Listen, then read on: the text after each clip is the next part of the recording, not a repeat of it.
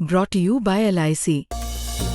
LIC से मिले बीमे की रकम ने ही मेरे नए काम की शुरुआत को मुमकिन बनाया। LIC हर पल आपके साथ। नमस्कार, आप देख रहे हैं बिस्तक। मैं आपके साथ तनीषा। 1 फरवरी को पेश हुए आम बजट में सोवरेन गोल्ड बॉन्ड को लेकर निवेशकों की चिंता बढ़ गई है।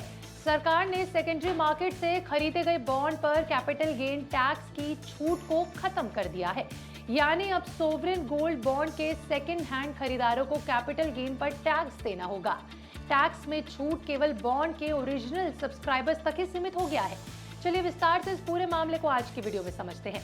देखिए, 1 अप्रैल साल 2026 से मार्केट से खरीदे गए second hand sovereign gold bond पर कैपिटल गेन होने से निवेशकों को टैक्स देना होगा। यानी अगर किसी निवेशक ने SGB सेकेंडरी मार्केट से खरीदा है तो 1 अप्रैल साल 2026 के बाद मैच्योरिटी पर रिडीम करेंगे तो कीमत के अंतर पर कैपिटल गेन टैक्स देना होगा। अभी तक ऐसे निवेशकों को भी टैक्स नहीं देना होता था, लेकिन अब देना होगा। आखिर क्या होता है सोवरेन गोल्ड बॉन्ड? देखिए, ये RBI द्वारा जारी सरकारी गोल्ड बॉन्ड होता है। इसमें असली सोना खरीदने की जरूरत नहीं होती।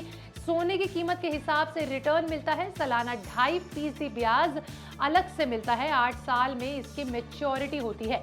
पूरे मामले को रमेश और सुरेश की कहानी से समझते हैं, जिससे सरल भाषा में समझ आ सके।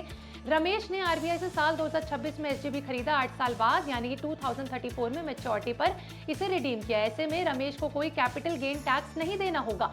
वहीं सुरेश ने साल 2029 में स्टॉक एक्सचेंज से SGB खरीदा, 2034 में बेचा। इसमें कैपिटल गेन पर सुरेश पर टैक्स लगेगा। सरकार के इस फैसले से किसको फायदा और किसको घाटा? तो देखिए, इस पे बात करें तो फायदा होगा लॉन्ग टर्म निवेशक को, खुद के नाम से ओरिजिनल इशू में खरीदने वालों को। नुकसान की बात करें तो ट्रेडर्स को होगा, सेकेंडरी मार्केट बायर्स को होगा, कंपनियों और फर्म्स को होगा। तो आपका इस पर क्या कहना है? कमेंट सेक्शन में लिखकर जरूर बताइएगा। ऐसे ही और बजट में हुए ऐलान से रिलेटेड सभी बड़े फैसलों पर विस्तार से बिस्तक पे बात हो रही है, तो हमारे साथ बने रहिए।